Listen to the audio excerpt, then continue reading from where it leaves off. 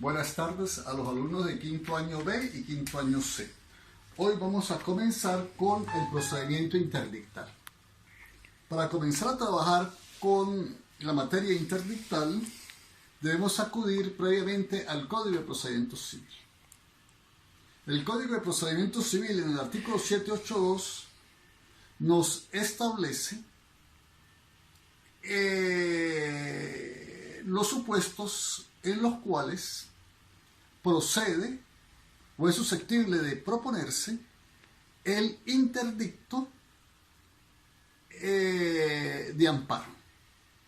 Y el artículo 783 siguientes establece los supuestos en los cuales es procedente y puede proponerse el interdicto restitutorio, que vienen a ser los interdictos posesorios típicos a los cuales de manera expresa se refiere y desarrolla el Código de Procedimiento Civil.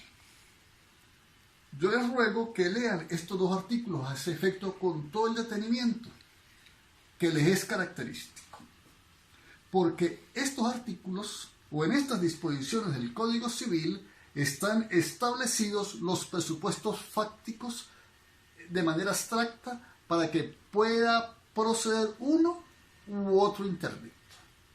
Fíjense bien, el artículo 782 establece lo siguiente: quien encontrándose por más de un año, primera condición, quien encontrándose por más de un año, ¿no? Un año y 15 días, un año y un mes, 2 años, 3 años, 4 años, quien encontrándose por más de un año en la posesión, pero sigan leyendo, no cualquier posesión, en la posesión legítima. ¿No? Para saber lo que es la posesión legítima, ustedes tienen que acudir al artículo 772 del Código Civil.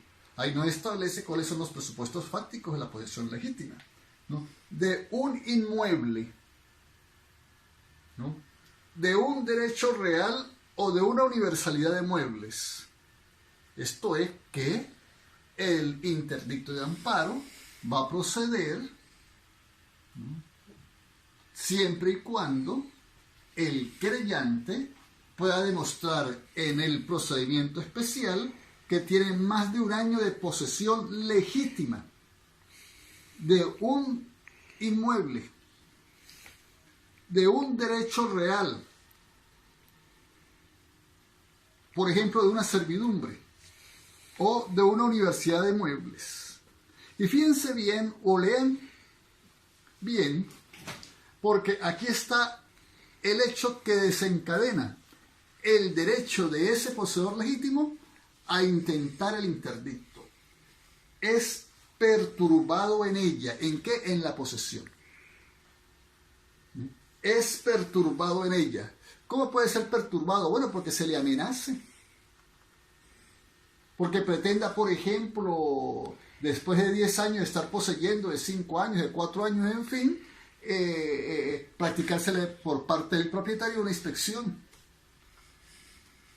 Porque, como yo siempre he dicho en las clases, ese poseedor legítimo está saliendo a las 12 del mediodía el domingo de la misa en la iglesia de Santa Ana frente a la plaza, y entonces el propietario delante de todo el pueblo viene y le amenaza y le dice que le robó la finca. Todos ellos constituyen actos de perturbación, ¿no? Y dañan, como ustedes podrán valorar, podrán apreciar, los elementos de la posesión legítima del artículo 772. Es perturbado en ella.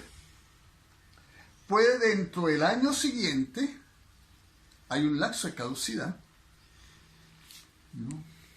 En el año siguiente a la perturbación, ¿no? A contar desde la perturbación, pedir que se le mantenga en dicha posesión. Ahí tenemos los presupuestos, ¿no? Que nos permiten proponer el interdicto de amparo. El poseedor precario, por ejemplo, el arrendatario, el usufructuario, el titular del uso, el comodatario, puede intentar esta acción en nombre y en interés del que posee, a quien le es facultativo intervenir en el juicio.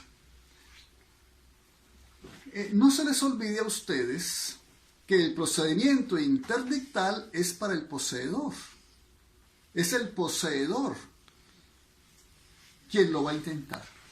La titularidad de la acción es del poseedor. No me vengan a decir que es del propietario. Observen ustedes, y lo van a ver igualmente en el 783, que el código no se refiere al propietario. El código se está refiriendo al poseedor. El propietario tendría otra acción. Por ejemplo, la reivindicación. Ahora, si en cabeza del propietario está acumulada igualmente la posesión, el propietario puede ejercer el interdicto. Pero lo va a ejercer no porque es el propietario, lo va a ejercer porque es el poseedor legítimo de la cosa. Como poseedor. ¿No? Independientemente de que alegue que, bueno, también es el propietario. ¿No?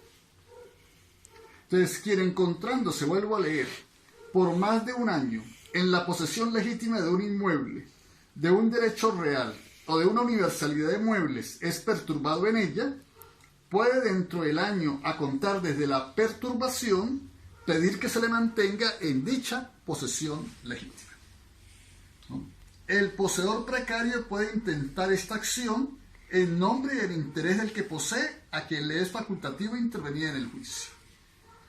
En caso de una posesión por menor tiempo, inferior al año, el poseedor no tiene la acción interdictal, sino contra el no poseedor, contra el que ha poseído menos, ¿no?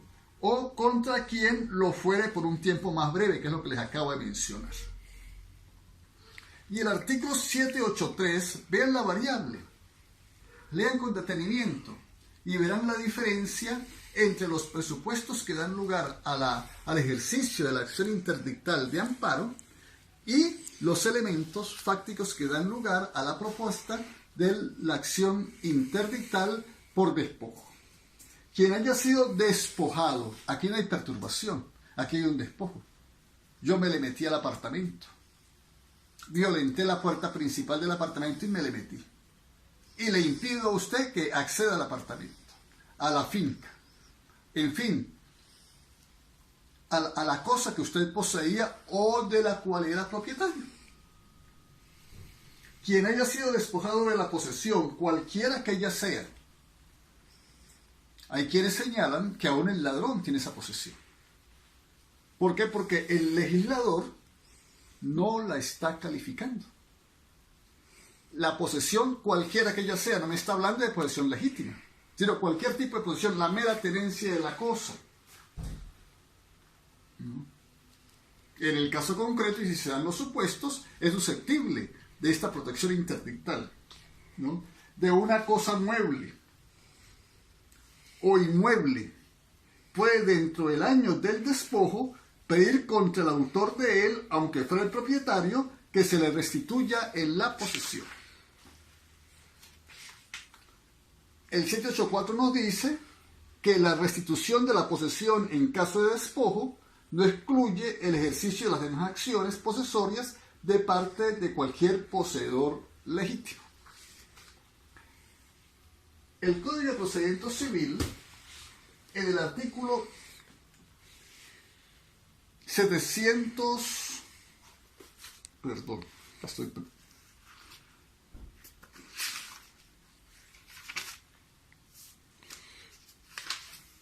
el artículo 697 nos dice que el conocimiento de estos procedimientos o de estas acciones corresponde a la jurisdicción civil ordinaria, salvo lo dispuesto por leyes especiales. Sería el caso, por ejemplo, de la posesión agraria, que queda sujeta en cuanto a la competencia al tribunal agrario, ¿no? Y con la excepción mencionada, el juez competente para conocer de los interdictos, de las acciones interdictales, es el que ejerce la jurisdicción ordinaria en primera instancia en el lugar donde está situada la cosa o objeto del interdicto, ¿no?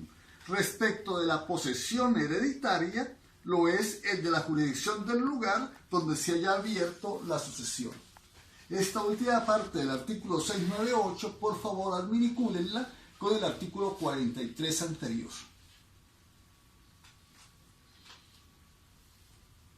El artículo 699 comienza por desarrollar el procedimiento de la acción interdictal por despojo.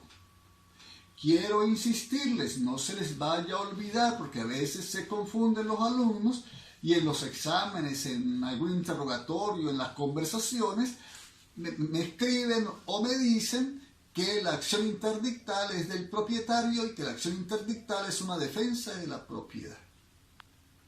Quien llegue a contestar de esa manera una pregunta no puede graduarse de abogado, porque el error es craso, el error es imperdonable. Fíjense que el artículo 782 nos habla de la posesión legítima, no de la propiedad. Y el artículo 783 nos habla de la posesión cualquiera que ella sea, no de la propiedad. Entonces tenemos necesariamente que concluir que el interdicto es el medio de defensa de la posesión. Que pudiera ocurrir que el poseedor sea a su vez el propietario es otra cosa. Pero si va a intentar un interdicto, tiene que intentarlo en su condición de poseedor legítimo. Porque si va a actuar en su condición de propietario, la acción sería otra, como les anotaba hace algunos momentos. En el caso, por ejemplo, de una pérdida de la posesión por despojo. Hay que tener mucho cuidado con estas cosas, ¿no? Porque estamos seleccionando el procedimiento. Y para poder seleccionar el procedimiento, tenemos que ir al Código Civil que nos establece las condiciones de procedencia del procedimiento. Ahora bien, el artículo 699 nos fija, nos tipifica, nos desarrolla el procedimiento del interdicto por despojo. ¿No? En este caso, el interesado, el poseedor, ¿no?, demostrará al juez la ocurrencia del despojo. Aquí tenemos un problema. ¿Cómo lo demostramos? No es fácil demostrar el despojo y no es fácil demostrar la perturbación. La jurisprudencia de la sala social y la doctrina venezolana Verbigracias, el doctor Enrique Larroche, han dicho que la demostración del hecho de la perturbación o del despojo debe hacerse o puede hacerse, es la forma típica de probarse a través de un justificativo de testigos que más adelante tendrá que incorporarse como medio de prueba al procedimiento, y como se trata de un justificativo de testigos promovido y evacuado fuera de juicio, ese justificativo tiene que ratificarse en el procedimiento en cuestión, ¿no? Porque realmente no habría otro medio de prueba que nos permita demostrar, por ejemplo, en el caso del 782, la existencia de la posesión legítima. Porque existirían, por ejemplo, las facturas de CanTV, las facturas de Cadela, pero eso no me dice que hay posesión legítima. No, que la persona tiene su casa ahí, pero eso tampoco dice que hay posesión legítima. La posesión legítima se configura con lo que observa y valora el contexto. De ahí la necesidad de la opinión del contexto. Por eso los testigos son fundamentales. Y de ahí es por lo que considera la sala social y la doctrina que la mejor prueba o el mejor medio de prueba para demostrar la ocurrencia del despojo viene a ser el justificativo de testigos, ¿no? Y encontrado suficiente, ¿no?, por parte del juez, el juez exigirá al querellante la constitución de una garantía, cuyo monto fijará para responder de los daños y perjuicios que pueda causar su solicitud en caso de ser declarada sin lugar. Constituida la caución, decretará la restitución de la cosa al querellante. incidentalmente entonces, para que pueda darse la restitución, el creyente tiene que demostrar de manera conducente y de manera pertinente la existencia del despojo. Y si el juez considera probado el despojo suficientemente ese medio de prueba para determinar la existencia del despojo, decreta la restitución siempre y cuando se dé una garantía para asegurar la indemnización de los daños y perjuicios caso de que la querella interdictal sea declarada sin lugar, ¿no? Ahora bien, el juez en este caso es responsable si la garantía es insuficiente para pagar los daños y perjuicios. Pero ¿qué puede pasar? Lo que generalmente ocurre, el creyente no tiene los recursos o no tiene los medios para constituir la garantía. Entonces, no es que el juez va a inadmitir el procedimiento interdictal. No es que lo va a declarar sin lugar. El procedimiento sigue su curso, pero entonces no decreta la restitución, sino el secuestro de la cosa, ¿no? En este caso, decretará el secuestro de la cosa o derecho objeto de la posesión. Si a su juicio, volvemos al problema de la prueba, se establece una presunción grave a favor del creyente. Los gastos del depósito de la cosa secuestrada se dan de cuenta de quien resulte responsable del interdicto. En el artículo 700 se establece que en el caso del artículo 782, esto es, cuando se propone el interdicto posesorio de amparo, entonces tendrá que demostrarse la ocurrencia de esa perturbación. Tenemos que volver al justificativo de testigos. Ese justificativo de testigos se puede evacuar por ante un juez o por ante una notaría. Hoy por hoy se evacúa ante una notaría, aunque las notarías están poniendo muchas trabas para la evacuación de ese justificativo de testigos, ¿no? Y encontrado ese justificativo de testigos suficiente por parte del juez, va a decretar el amparo a la posesión del creyente, practicando todas las medidas y diligencias que aseguren el cumplimiento de su decreto. En otras palabras, va a notificar, eso es lo que sucede, al perturbador de que se abstenga de continuar realizando esos actos que dañan la posesión legítima que ha venido ejerciendo el creyente respecto de esa cosa. El artículo 701, en este caso quiero recordar que por allá en el año 2001-2002, se me olvida el nombre del magistrado, fue profesor nuestro, el doctor Méndez Carballo, como magistrado de la Sala Civil, dictó una sentencia que recibió el apoyo de los demás magistrados de la Sala Civil. Esa sentencia desaplicó parcialmente parcialmente el artículo 701. Ya vamos a ver por qué. Pero escúchenme bien, ¿no? Desaplicó parcialmente el artículo 701. Ya vamos a ver por qué. No he terminado sobre el particular, ¿no? El 701 dice que practicada la restitución o el secuestro o dictadas las medidas que aseguren el amparo, en otras palabras, hecho lo establecido en el artículo 699 y 700, según sea el tipo de interdicto que estemos intentando, el juez ordenará la citación del querellado. El querellado se va a citar, el querellado es el demandado, y se va a citar después que se ejecuten las medidas a las cuales se contraen los artículos 699 y 700, según sea el interdicto de despojo o el interdicto de amparo. Practicar esas medidas es que se cita al querellado, ¿no? Y practicada la citación, entonces vean bien, la causa quedará abierta a pruebas por 10 días. Después de la citación, se abre un lapso de 10 días para promover y evacuar pruebas. Y concluidas esos 10 días, las partes presentarán dentro de los 3 siguientes los alegatos que consideren convenientes.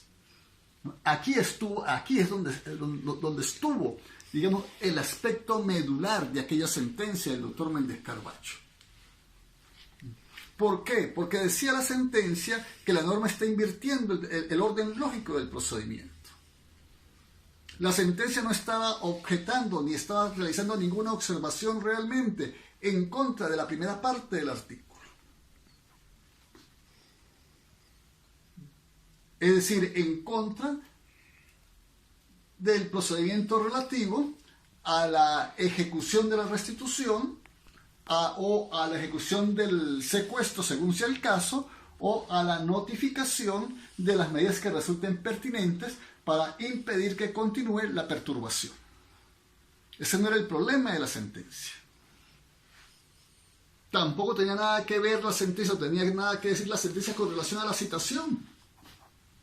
Es decir, practicadas aquellas medidas, se procedía a la citación del querellado. Según la sentencia, la norma del Código de Procedimiento lesionaba principios constitucionales, porque me establece primero la prueba y después el alegato. Es decir, yo primero pruebo para después alegar. Me invierte de alguna manera el orden normal, lógico, del procedimiento contencioso. Porque me obliga, me constriñe a probar primero para alegar después. Cuando primero, incluso en aplicación del artículo 506 del Código de Procedimiento Civil, del Código donde está consagrado este artículo 701, ¿no?, se establece allí que yo tengo que probar los alegatos de hecho. ¿Y dónde voy a hacer los alegatos de hecho? Como querellado, en la contestación de la demanda, en este caso, en los alegatos. Pero los alegatos en el caso particular del artículo 701 van a ser incorporados al juicio después que se agotó la etapa probatoria. Entonces, la sentencia que de la Sala Civil invirtió el procedimiento. Primero se contesta, en los 2 días siguientes, ya no recuerdo bien, a la citación. Es decir, se formulan los alegatos. Y después de formular los alegatos es que se abre el procedimiento probatorio, que sería el orden lógico del procedimiento. Sin embargo, por allá hacia el año 2007-2008, la Sala Constitucional anuló la sentencia, por cuanto la Sala consideró que quien podía, como en efecto lo establece la Constitución, realizar ese tipo de interpretaciones y desaplicar de esa manera una norma legal, era la Sala Constitucional y no la Sala Civil. Entonces tengan mucho cuidado si en alguna investigación que ustedes hagan a los efectos de la materia se topan con esa sentencia, porque la sentencia estuvo en vigencia durante varios años, ¿no?, y pretenden, bien sea para su parte académica o para su parte profesional, alegar aquel procedimiento. Ese procedimiento existió por vía jurisprudencial, por vía de una sentencia de la Sala Civil, pero fue anulado, fue declarado sin efecto por parte de la Sala Constitucional por las razones antes indicadas. Volvemos a leer: practicada la restitución o el secuestro, o las medidas que aseguren el amparo, según el caso, el juez ordenará la citación del querellado. Y practicada esta, la causa quedará abierta a pruebas por 10 días. Concluido dicho lapso, las partes presentarán dentro de los 3 días siguientes los alegatos que consideren convenientes. ¿No? Es decir, citada la parte, citado el querellado, se abre un lapso de 3 días de 10 días, para promover y evacuar pruebas. Agotados esos 10 días, entonces se abre un lapso de 3 días, todo de despacho, para hacer alegatos, ¿no? Y agotados esos 3 días, el juez dentro de los 8 días siguientes dictará la sentencia definitiva. Ese es el procedimiento interdictal. Ese es todo el procedimiento interdictal. Pero fíjense bien, esta sentencia que se dicta o que resuelve sobre el interdicto será apelada en un solo efecto. Pero el tribunal remitirá al superior el expediente completo de las actuaciones.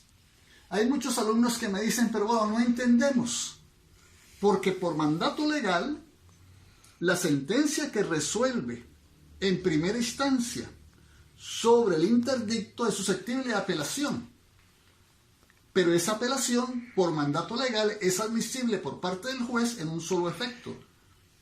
Pero al superior va el expediente completo en original. ¿Cómo así? Porque ese es un efecto de la apelación que se admite libremente. Esto es así porque el legislador ha querido que en el caso en particular se ejecute la sentencia. La sentencia se ejecuta. Fíjense, la sentencia se ejecuta porque la apelación se admite en un solo efecto. Es decir, la ejecución de la sentencia es típico de esta forma de admisión de la apelación. Y eso la diferencia de la apelación que el juez admite libremente, donde se suspende la ejecución. Ahora, ¿por qué se va el expediente al superior? El expediente en original se va al superior porque la sentencia que dicta primera instancia y que es apelada puso fin al procedimiento. El procedimiento se acabó. Con motivo de la apelación, el juez ad quo perdió la competencia. Se la transmite al juez superior. Y el juez ad quo no tiene más nada que hacer con el asunto, ¿no? Es decir, la sentencia va, es decir, el expediente va completo al superior por ese motivo. Porque la sentencia que se dicta tiene, es decir, pone fin al procedimiento interdictado.